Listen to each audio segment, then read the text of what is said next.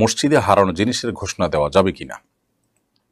মসজিদে যদি কারো কোনো জিনিস হারিয়ে যায় তাহলে সেটার ঘোষণা দেওয়া আর মসজিদের বাইরে হারিয়ে যাওয়া জিনিসের ঘোষণা মসজিদে দেওয়া দুটি কি এক নাকি ভিন্ন, এটা নিয়ে ওলামা এবং স্কলারদের মধ্যে দুটি ভিন্ন মত রয়েছে। তবে মৌলিকভাবে সব ওলামা ইকরামই একমত যে মসজিদ এটা মানুষের কোনো হারানো জিনিসের ঘোষণা দেওয়ার জায়গা নয়।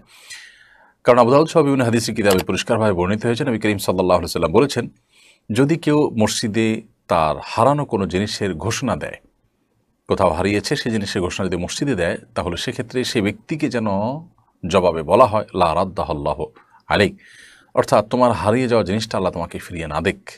এই কথা তাকে বলা এক ধরনের ভৎসনা করা, তার মানে উৎসাহিত করা, সেজন্য এই কাজটি না করে। তো এই জন্য মসজিদের মধ্যে হারানো জিনিসের ঘোষণা দেওয়া না জায়েজ এবং নিষিদ্ধ, এ ব্যাপারে কোনো দ্বিমত কোনো আলেমের নেই। তবে যেমনটি শুরুতে বলছিলাম যে অনেক ওলামা ইকরাম বলেছেন যে মসজিদের বাইরের হারানো জিনিসের ঘোষণা তো মসজিদে দেওয়া নিষেধ, সেটা তো বলাই বাহুল্য। মসজিদের ভেতরে যদি কোনো জিনিস হারিয়ে যায় তাহলে মসজিদে থাকা উপস্থিত মুসল্লিদের কাছে ঘোষণা দেওয়াকে কোনো ওলামা ইকরাম জায়েজ বলেছেন, তবে অনেকে সেটিকেও নিষেধ বলেছেন।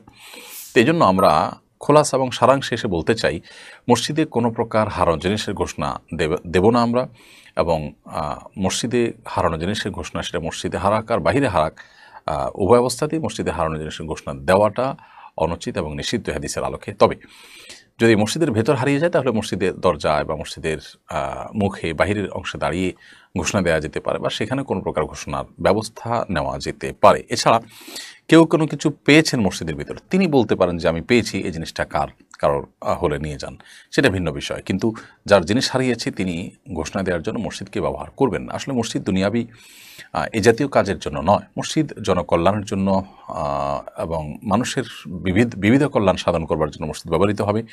ব্যক্তি স্বার্থ বা ব্যক্তির প্রয়োজন পূরণের জন্য মসজিদ এটাকে ব্যবহার করা মসজিদের শান এর খেলাফ এবং পরিপন্থী।